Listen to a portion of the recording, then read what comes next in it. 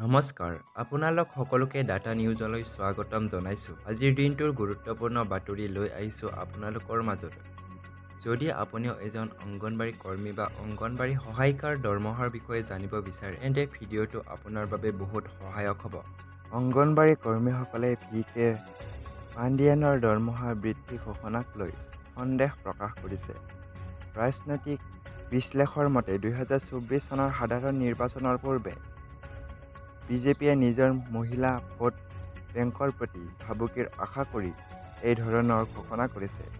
2024 চনৰ সাধাৰণ নিৰ্বাচনৰ দিন চমু চাপি অহাৰ লগে লগে সাহসীয় বিজেপিয়ে শেহতীয়াকৈ আশা কৰ্মী, অংগনবাড়ী কৰ্মী আৰু শিল্পী আৰু বৃদ্ধ পেঞ্চনৰ ভাত্তা বৃদ্ধিৰ আশ্বাস দিছে। ইয়াৰ এদিন পূৰ্বে আশা কৰ্মী আৰু অংগনবাড়ী শ্ৰমিক আৰু অন্যান্য লোকসকলৰ দৰমহা শীঘ্ৰে বৃদ্ধি কৰা হ'ব আৰু ইতিমধ্যে প্ৰক্ৰিয়া চলি আছে।